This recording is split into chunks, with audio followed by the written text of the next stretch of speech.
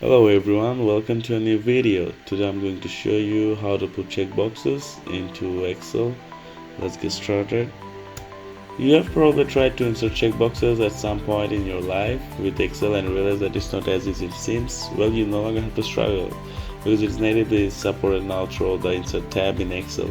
So all you have to do is select the cell or cells where you want to insert the checkbox. You go to Insert and you click Checkbox.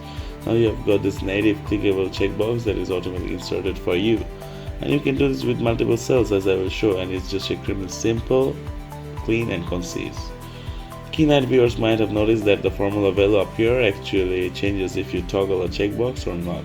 So under the hood, this is actually really powerful because when you check something, it will now be true and it will be false when it's unchecked. This means that you can look at the value of the checkboxes and formulas. You can do everything in Excel that you would normally do, things like conditional formatting. So I'll show you two cool examples with checkboxes now. I'm going to go ahead and check a few random boxes here, and then let's say I want to figure out how many of Alice's tasks are currently marked as complete, just to have sort of a total number that she's done.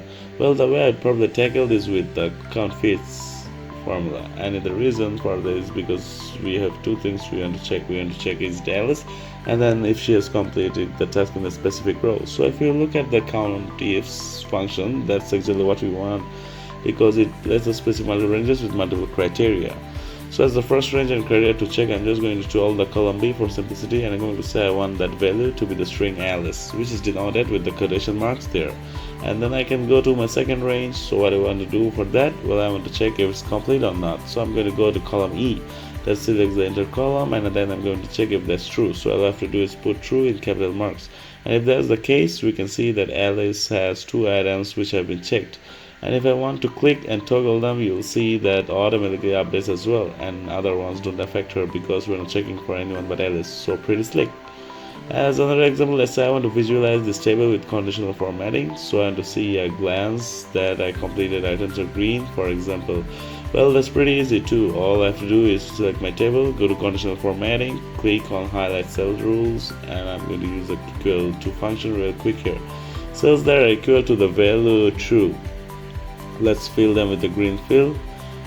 And okay, that's a start, but I want the whole row to be green just to make it a little more visual. An easy way to calculate that is to go to conditional formatting and to manage rules to get a rule just set.